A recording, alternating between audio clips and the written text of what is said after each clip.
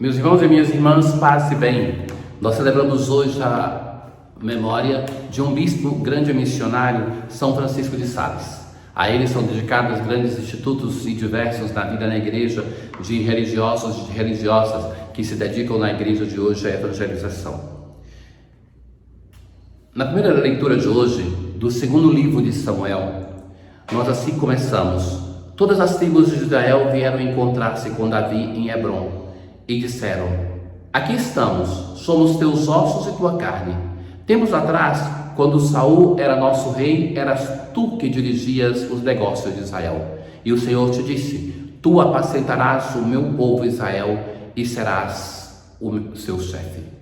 Então vieram, pois, todos os anciãos de Israel até o rei em Hebrom. O rei Davi fez com eles uma aliança, e eles o ungiram rei de Israel. Então, aquelas tribos que começaram a romper com Saul, elas agora voltam e reconhecem a Davi como rei. Davi começa a constituir um império, um reino que é muito mais consistente. Davi tinha 30 anos quando começou a reinar e reinou 40 anos. Então, esse número, que os números na Bíblia, sobretudo, é um significado, mas para dizer assim que por toda uma geração, né, dos 40 anos que o povo viveu no deserto, então, toda uma geração teve a graça de ter Davi como seu soberano. E reinou 40 anos, 7 anos e 6 meses sobre Judá, em Hebrom, e 33 anos em Jerusalém, sobre toda Israel. Então, é Davi que vai retomar a cidade de Jerusalém, e ali daquela cidade que tantas vezes é mencionada na palavra de Deus, vai fazer a capital do seu império. Davi, porém, tomou a fortaleza de Sião, que é a cidade de Davi. Davi ia crescendo em poder e o Senhor Deus Todo-Poderoso estava com ele. Então, deste rei, muitas vezes vai se falar, ainda quando ele falhou gravemente, de um modo muito positivo. Então, ele vai se constituindo sempre mais como aquele que vai ser o herdeiro das promessas messiânicas. É da casa de Davi que vai nascer o Messias. Para ser reconhecido como Messias, ele deveria vir da casa de Davi. Então, o salmo de hoje é um salmo messiânico que vai contar as grandezas de Davi. Outrora vós falastes em visões a vossos santos. Coloquei uma coroa na cabeça de um herói, e do meio deste povo escolhi o meu eleito. Então aparece aqui o primeiro título desse rei, o meu eleito. É ele que é escolhido pelo Senhor, e essa escolha nós já vimos como aconteceu. Encontrei e escolhi a Davi meu servidor, e o ungi para ser rei com meu óleo consagrado. Estará sempre com ele minha mão onipotente, e meu braço poderoso há de ser a sua força. Então que o Senhor escolhe e está ao lado de Davi, protege Davi, dá a ele a força para que ele possa cumprir a missão que é confiada. Minha verdade e meu amor estarão sempre com ele, sua força e seu poder por meu nome crescerão. Eu farei que ele estenda sua mão por sobre os mares, e a sua mão direita estenderei por sobre os rios.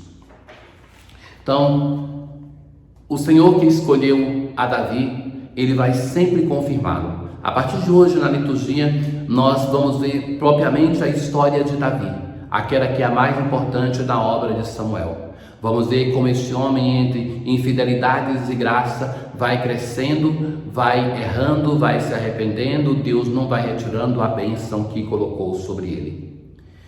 Jesus Cristo Salvador, dizemos na aclamação, destruiu o mal e a morte, fez brilhar pelo Evangelho a luz e a vida imperecíveis. É a aclamação que nós já escutamos nesses dias e que vai nos colocar Jesus em relação à luz e à vida. A luz que vence as trevas, a vida que vence a morte. Então, no Evangelho, nós escutamos do Evangelho de Marcos, os mestres da lei que tinham vindo de Jerusalém diziam que ele estava possuído por Belzebu e que pelo príncipe dos demônios ele expulsava os demônios.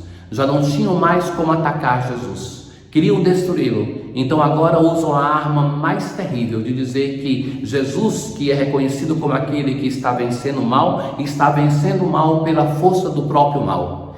Então a frase é tão absurda e Jesus assim vai responder: como é que Satanás pode expulsar a Satanás?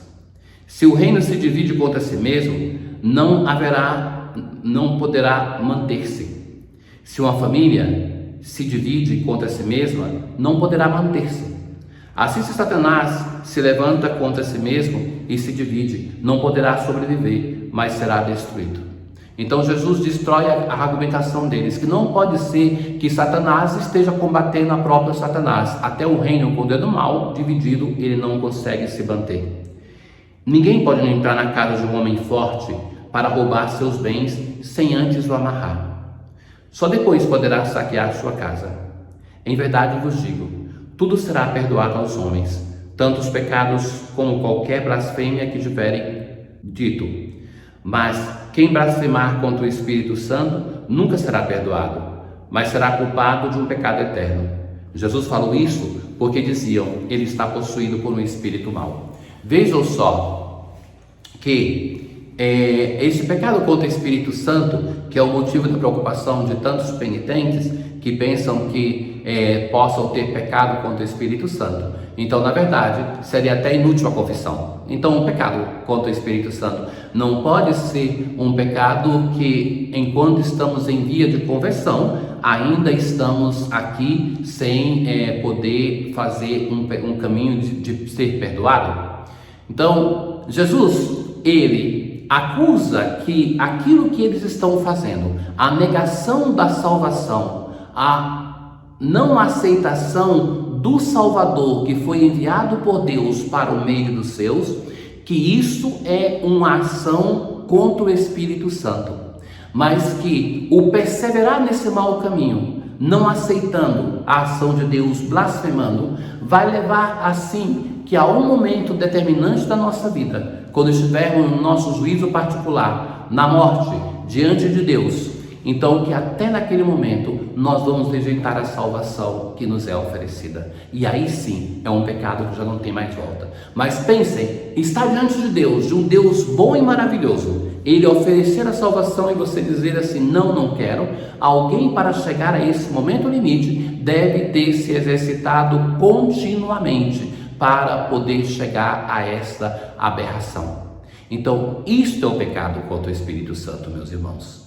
Não pensemos que, porque eu pensei mal do Espírito Santo, porque falei alguma blasfêmia, que já não sou perdoado.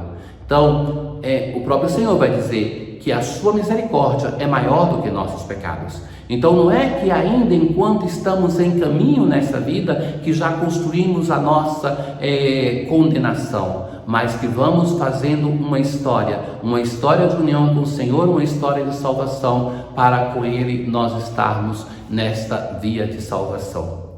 Irmãos caríssimos, nós hoje nessa liturgia contemplamos este grande missionário, São Francisco de Sales. Nos santos que, como nós celebramos há poucos dias, uma santa dos primeiros séculos, estamos distantes no tempo, esses um tanto mais próximos de nós, do século XVI, mas para mostrar a riqueza da santidade da igreja.